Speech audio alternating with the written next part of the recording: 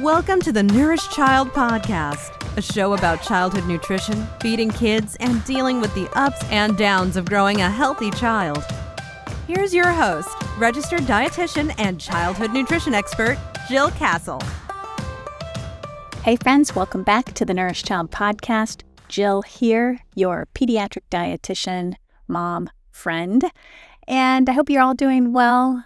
Spring has sprung here. We have finally some grass coming in, leaves are budding out, and at the time of this recording, we are in the middle of May. I am so excited today to bring to you Gaby Thompson and the topic of celiac disease in children. Gaby is a registered dietitian and celiac family support coach who helps overwhelmed parents of kids with celiac disease navigate the gluten-free journey. She provides practical support and stress-free solutions for healthy, happy families. She is a pro at this as a registered dietitian, and she has personal experience with celiac disease because she's the mom of a child with celiac disease. So her insights are not only spot on from a clinical standpoint, disease management standpoint, but also from the perspective of a mom raising a child who is, on a gluten-free diet because of celiac disease. So today we're talking about what celiac disease is, how it's different from an allergy or an intolerance, some of the common symptoms, and how these symptoms can change as your child gets older. We talk about the guidelines for the diagnosis of celiac disease, some of the long-term challenges, health challenges of celiac disease, and how we manage it, specifically through a gluten-free diet. And we also talk about some of the nutrients that can run low in children with celiac and who are following a gluten-free diet. She guides us through where you can find gluten in food, where some of the hidden sources of gluten are, and what she calls the abundance approach to celiac management.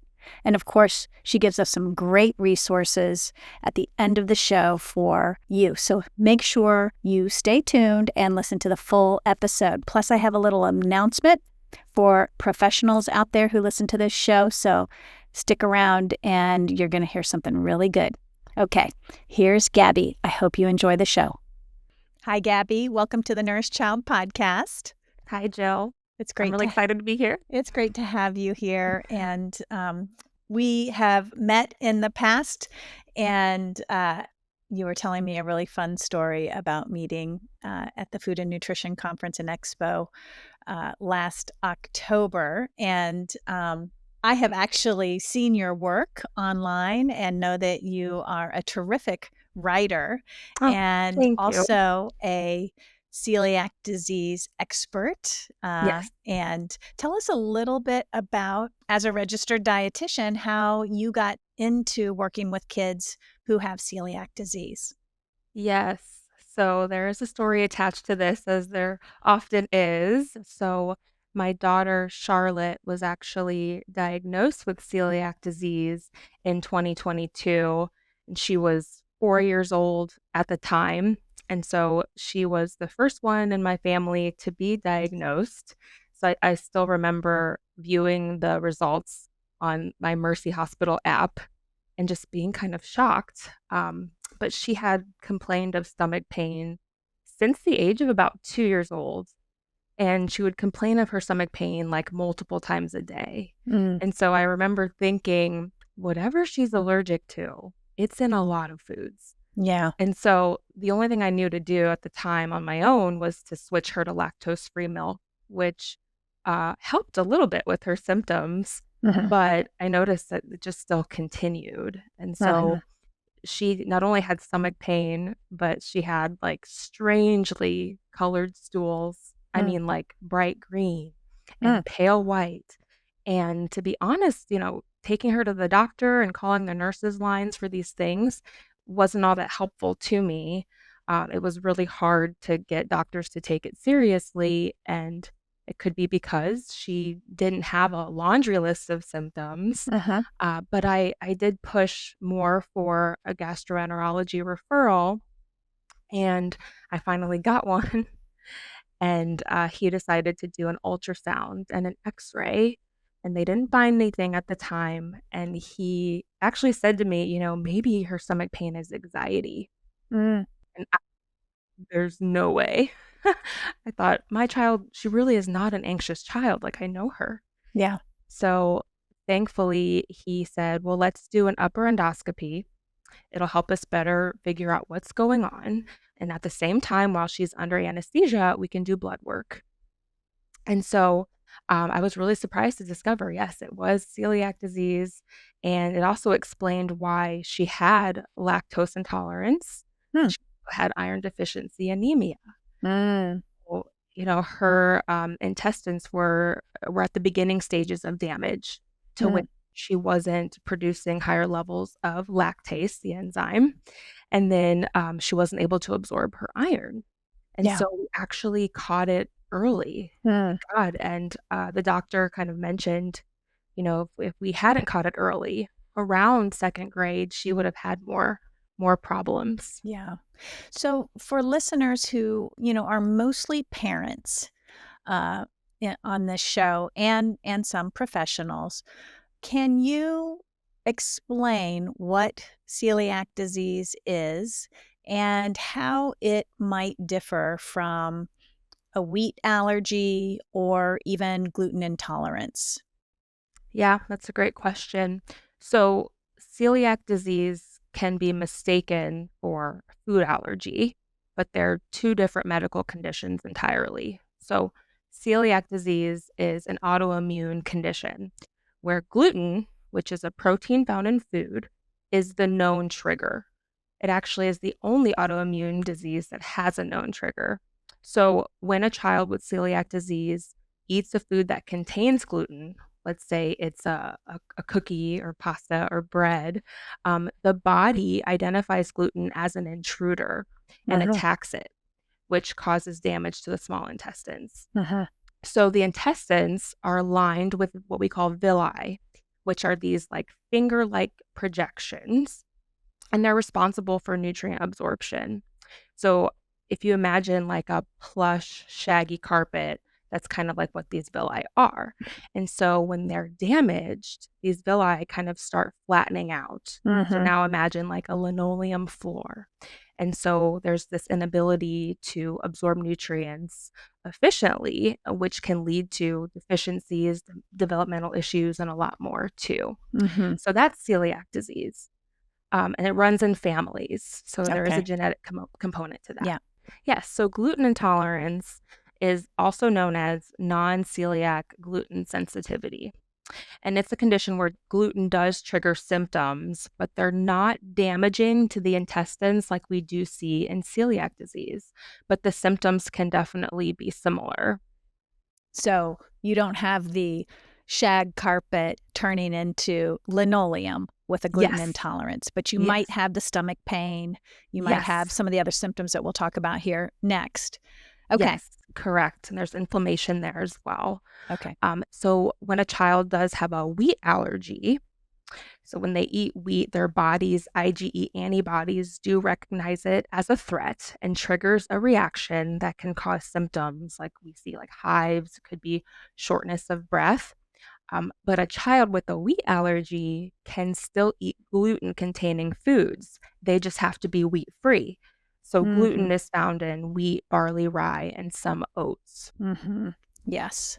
Very interesting. And so it sounds like there can be a variety of symptoms that you can experience with each, celiac, wheat allergy, gluten intolerance. But when we're talking about celiac, and I really want to hone in on that disorder because I think there are a lot of myths that surround celiac, and we can talk about those maybe a little bit later. But when we're talking about the symptoms, so I was trained as a pediatric dietitian and we were trained in celiac disease and it was always, the distended large belly was a classic common sign. Can you help the listeners understand what the common symptoms of celiac disease are and how those might change as children get older?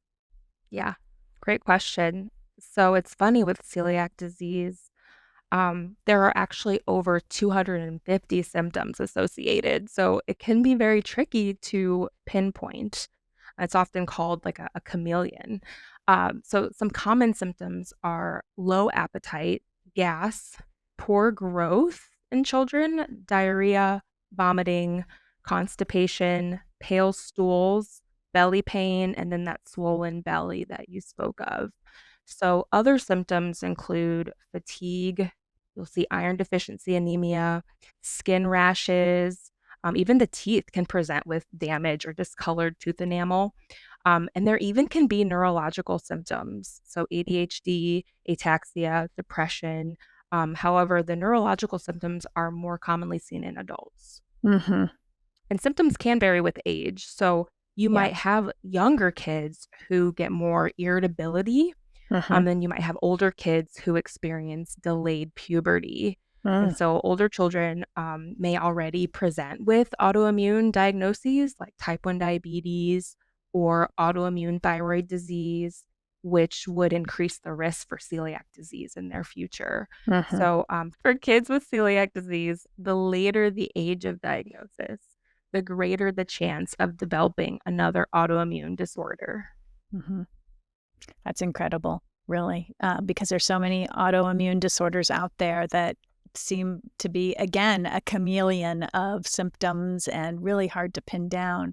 Growth failure is a big one, Yes. and children don't grow in height as well. They may or may not have problems with weight gain, but they oftentimes experience delays in their potential for height growth.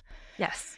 What are some of the long-term implications if a child is not picked up as having celiac disease and they may have these super subtle symptoms, but what if it never gets diagnosed? Does it progressively get worse?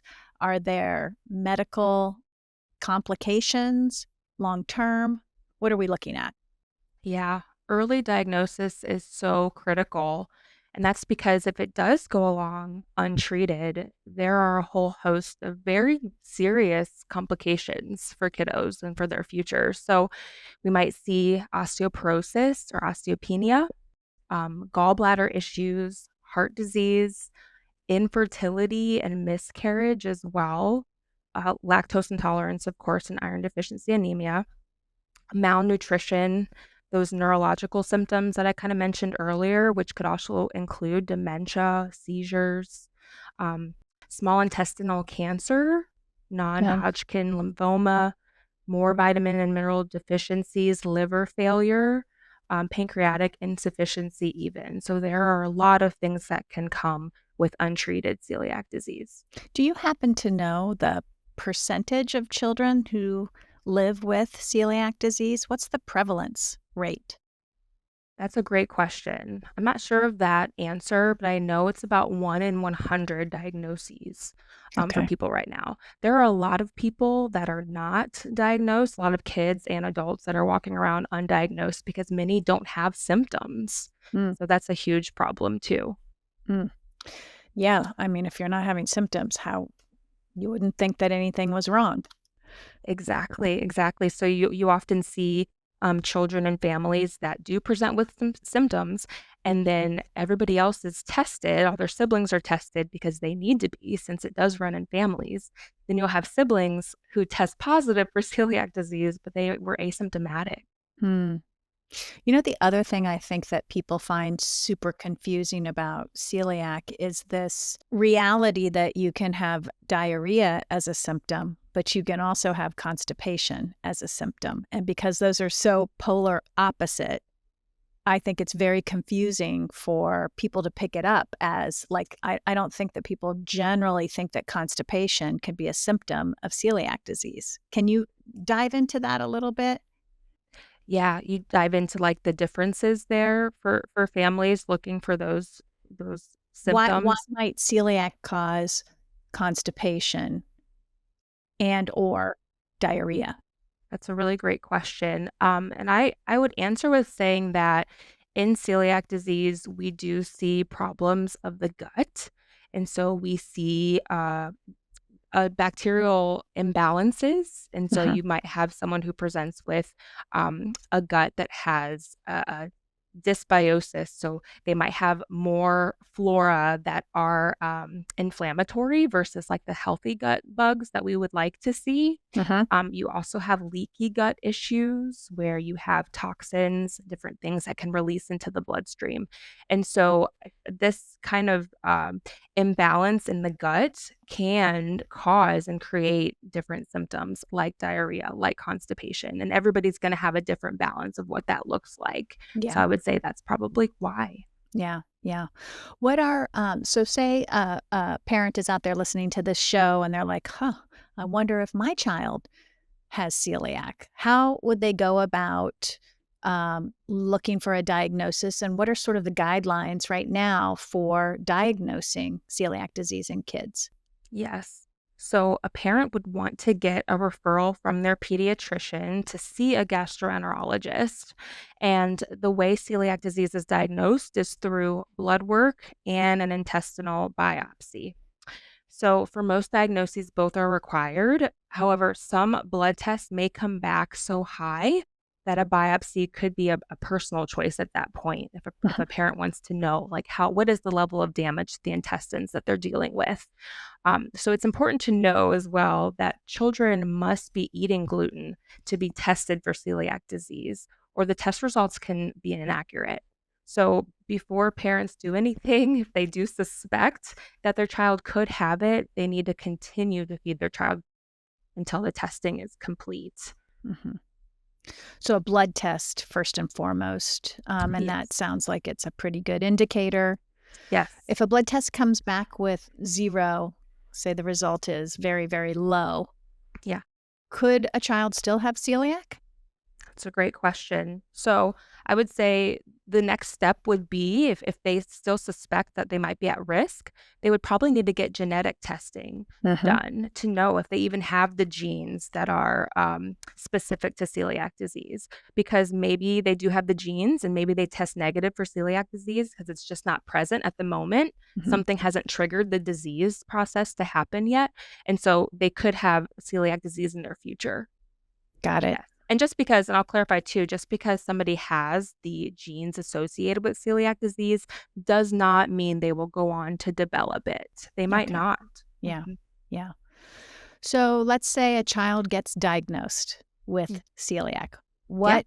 What does a parent do next? Yes. So the next thing to do is to take a deep breath because any new diagnosis is overwhelming, especially when it's your child or teen. But things do get easier over time. And so the next step I would say after that is to make a decision on whether or not your home will be a 100% gluten free home or a shared kitchen. And that all depends on your family. Uh-huh. And so then you would need to take the necessary steps to remove the gluten from your home. If gluten will remain in your home, really just having that discussion with your family on safety precautions. It might be certain parts of your kitchen that need to be like dedicated spaces.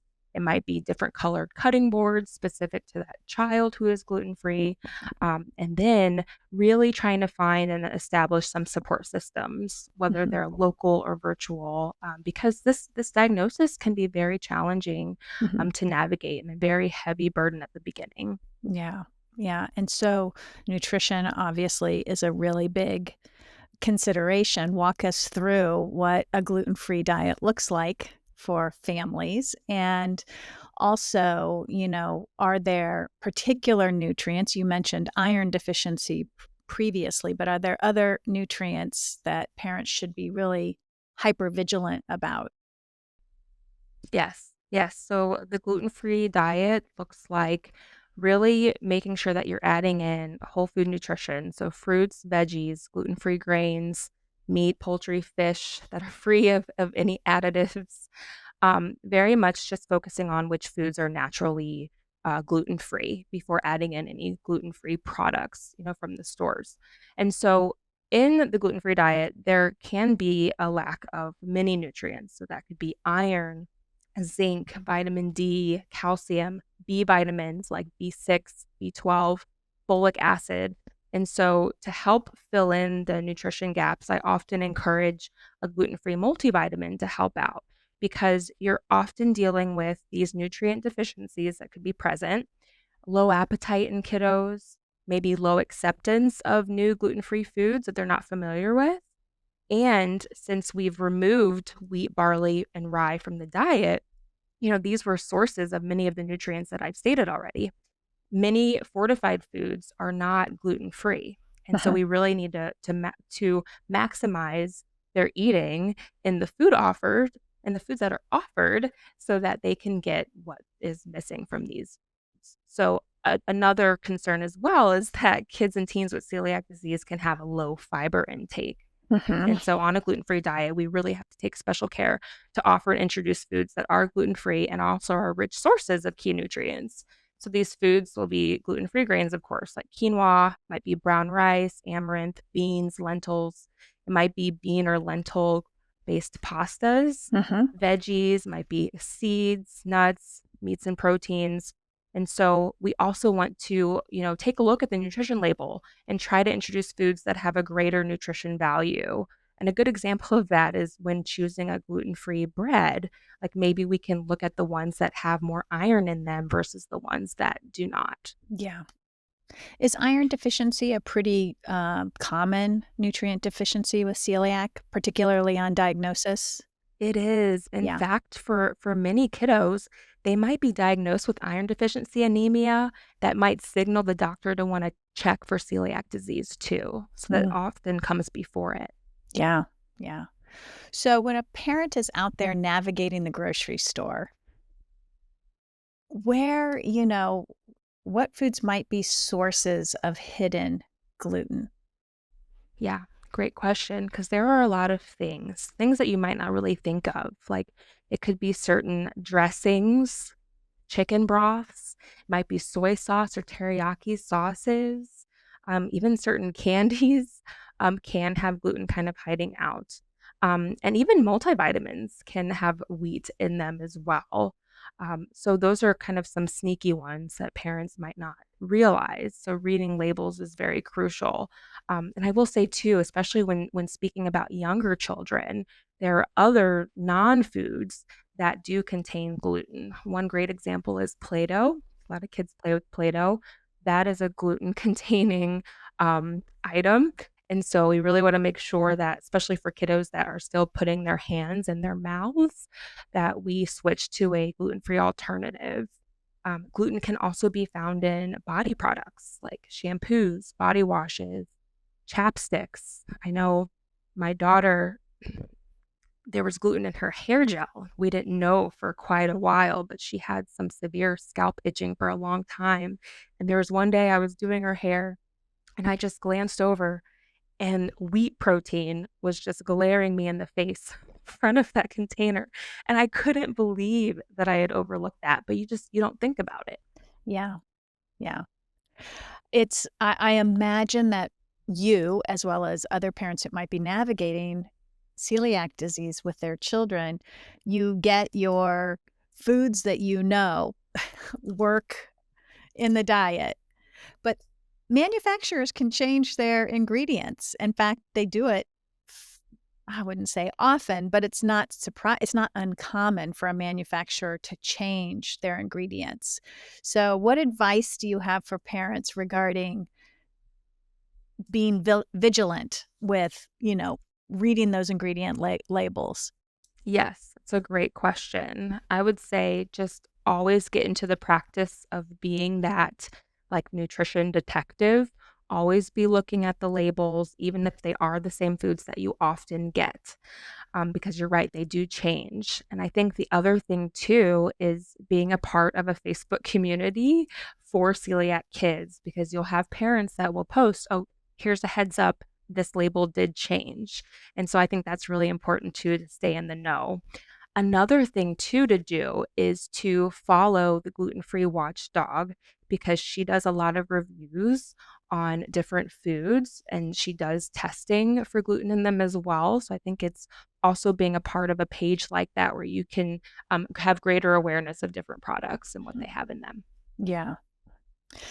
I want to just circle back for a second on the cross-contamination issue and having a kitchen at home that's partially gluten-free or fully gluten-free. Do you have a particular opinion on whether families should do 100% gluten-free or partial?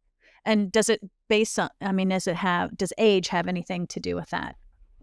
Yeah, I think that the best decision is up to the family because every situation is so different. You may have some families that live in multi-generational homes and they have to have a shared kitchen.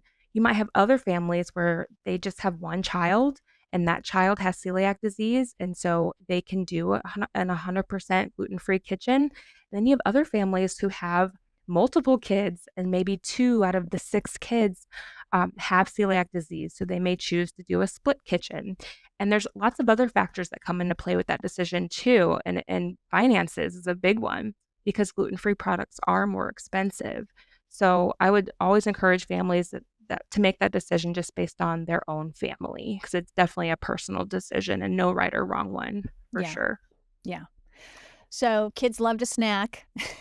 And I know parents are out there listening going, what am I doing for snacks? Do you have any recommendations for some like go-to gluten-free snacks that are friendly to kids?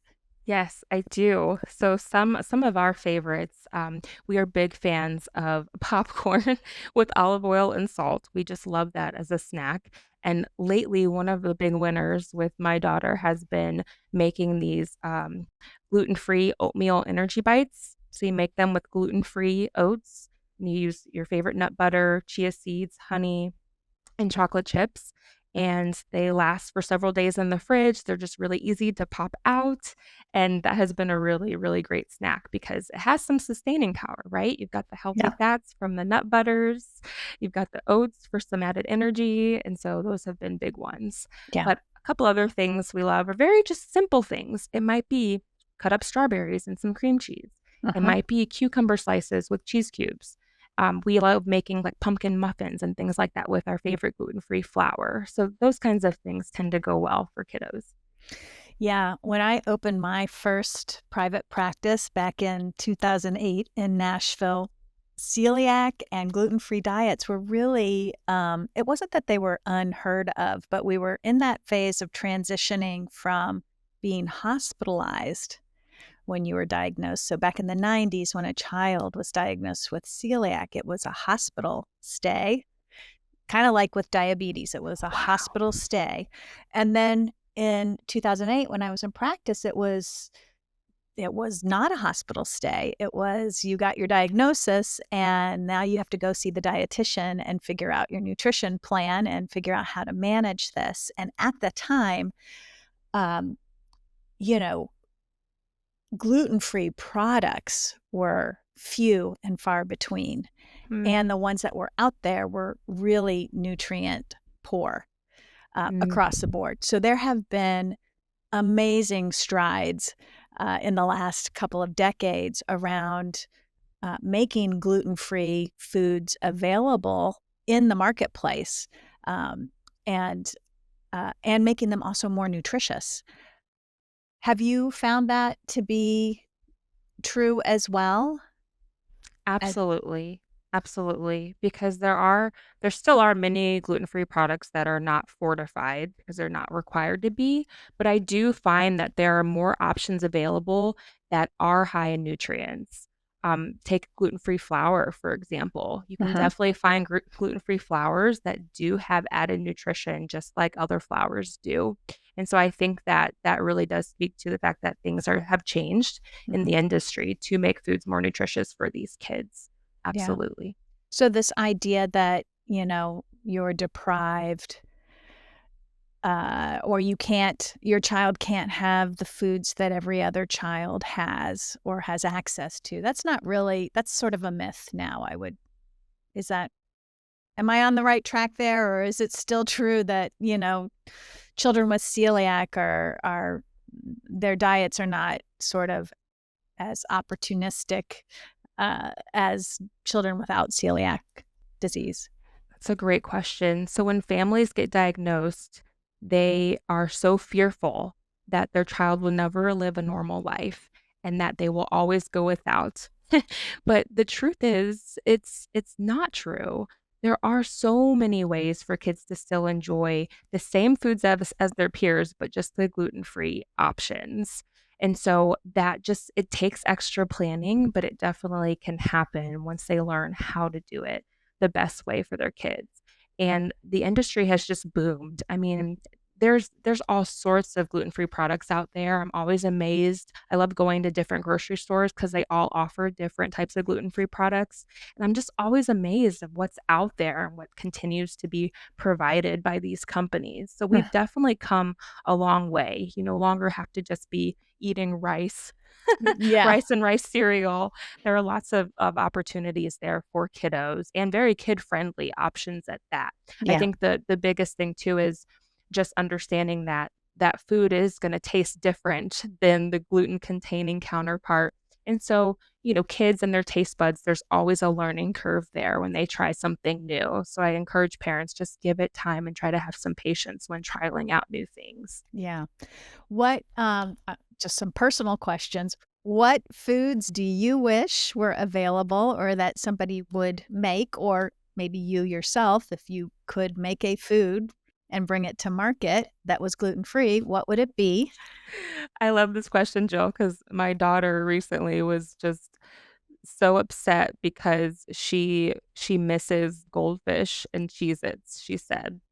And, it's funny because I always think that, she forgets what those things are like because she was diagnosed at 4, and so she didn't have all that much exposure, but she seems to remember and miss that very much. And so I would love if I could make it myself, I would, but I would love to make gluten-free goldfish and gluten-free Cheez-Its just so she and other kids can enjoy that again because that's one of the things where it's been very hard to find something that tastes similar Mhm. to that. Yeah.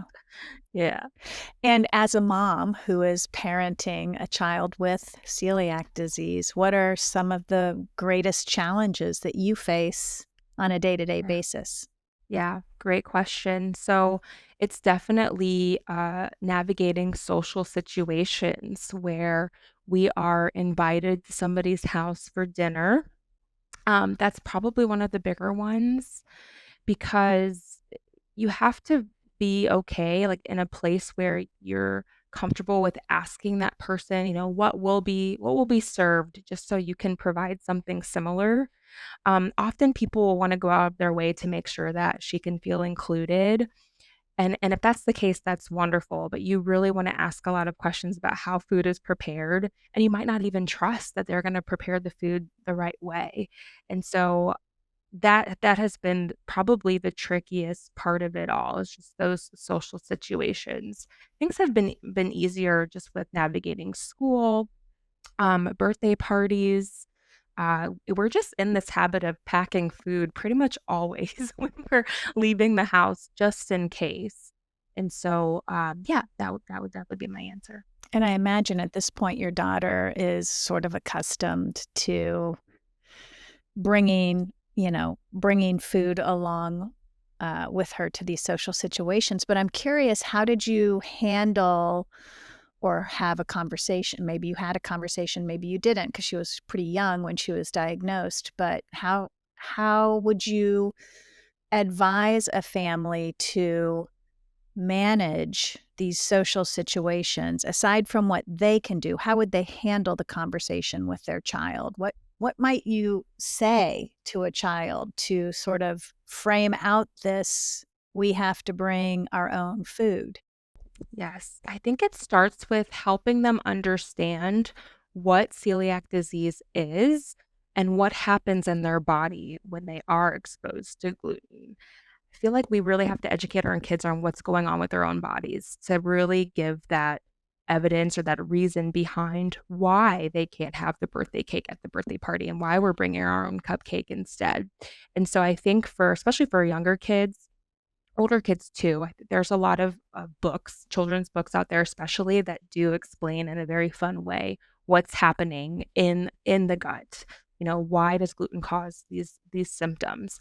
And so I think we can help our kids understand maybe from like a safety perspective too, especially if they have symptoms like belly pain, and just letting them know that we're going to bring a food that's safe so your belly does not hurt. And that's why, we're going to be eating differently. And so I love to try and help families teach their kids from a lens of abundance versus scarcity. So here are the things we're going to add in so that you feel better, you have more energy, you have less pain, you have better sleep, versus talking about all the things that are being removed instead, if that makes sense. Oh, yeah. I think that could go for a child with food allergies also, that approach. I love the abundance approach. I feel like lately I've been talking about abundance versus scarcity with a lot of my private clients, and I'm not sure if it's a side effect from just our culture and the fear of um, food and certain types of food. And so we develop this sort of scarcity approach. Limit this, don't eat too much of that. You can't have any of this. And in a child's mind, it really can create this psychological deprivation issue with food. And so abundance is really the way to counteract that.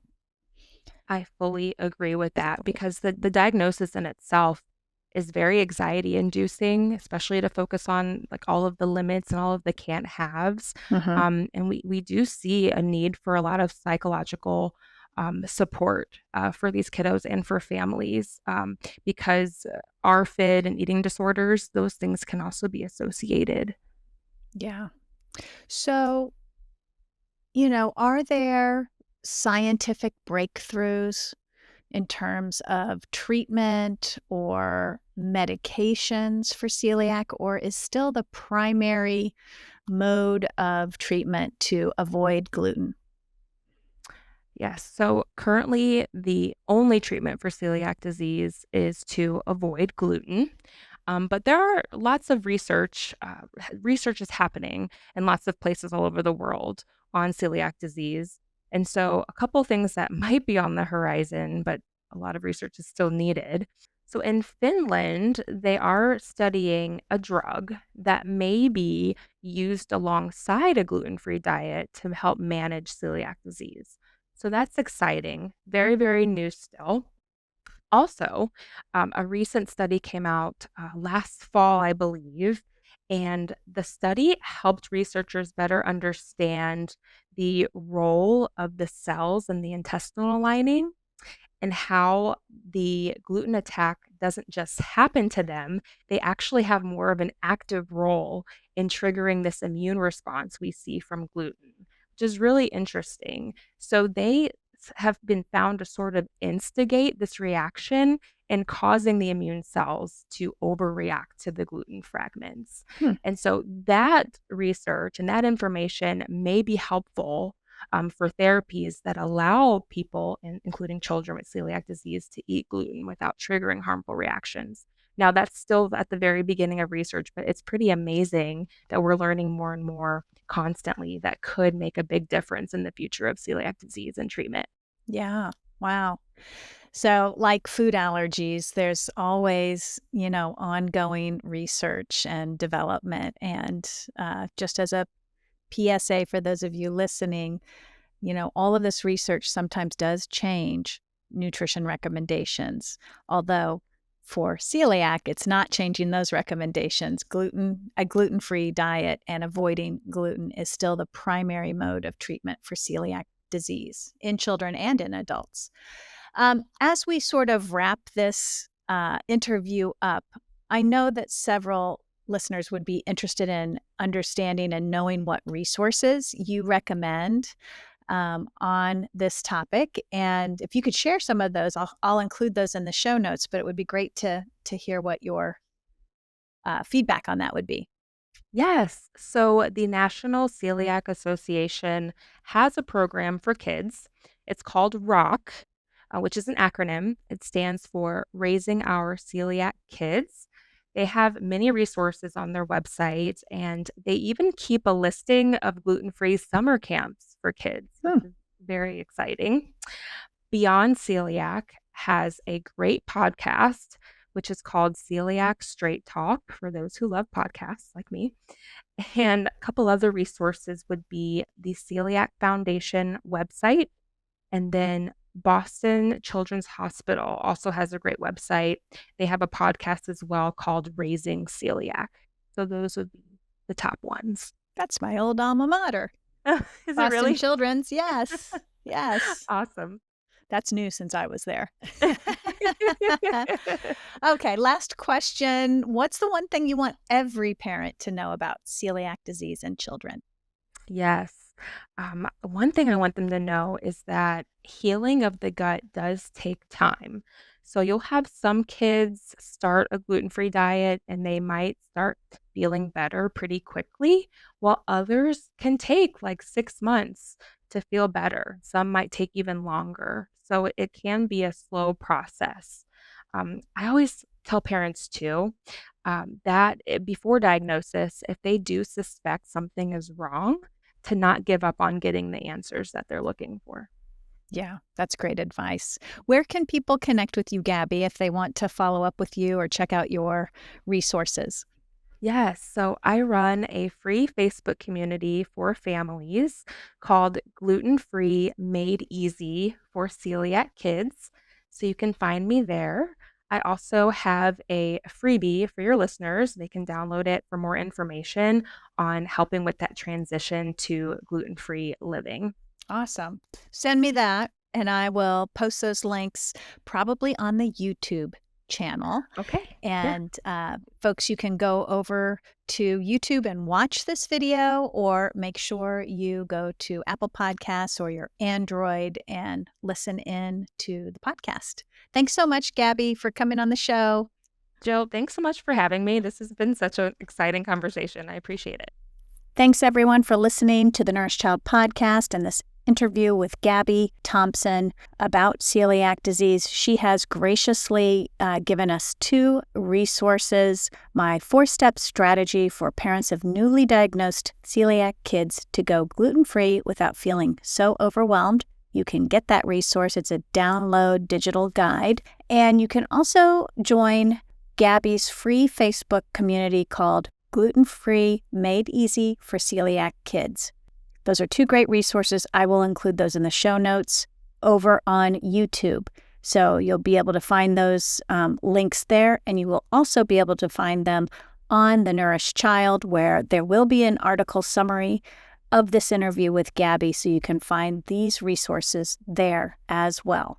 My big announcement is that if you're a registered dietitian or a pediatrician or any healthcare professional who is working with children, I have a new audio course that I'm working on right now this summer for you around the topic of navigating the management of habits and health and well-being for children who are growing up in larger bodies. And with that audio course, which I will be applying for CEUs so that you can get credit for listening to it. But with that, and even independently, if you don't want that course, I will also be offering case consultation for healthcare providers and supervision. So if you're a dietitian out there working with children and you want somebody who is a sounding board for you, a supporter of your work, a guide to help you navigate the complexities of working with families and children, I can be that dietitian for you. So I will be setting up a more formal system and process for that, but you'll be able to go to my website, jillcastle.com, very soon and find a tab for professionals where you can check out my case consultation services, my supervision services, and any professional CEU products, courses available to you. I'll be working on those all summer. Hopefully they will be out and live before the end of the summer, but my target is definitely for the fall. Last, if you are a parent out there, you want one-on-one support, I do offer that. You can find more information over on the Nourish Child under consultations, or you can find it over on Jill Castle under my private practice tab. That's it for now, guys. I'll see you in 2 weeks with another episode on the Nourish Child. Until then, make sure you give that child in your life a loving squeeze today. Bye for now. Thanks for listening to the Nourish Child podcast, where the #1 goal is to help you grow a nourished child inside and out.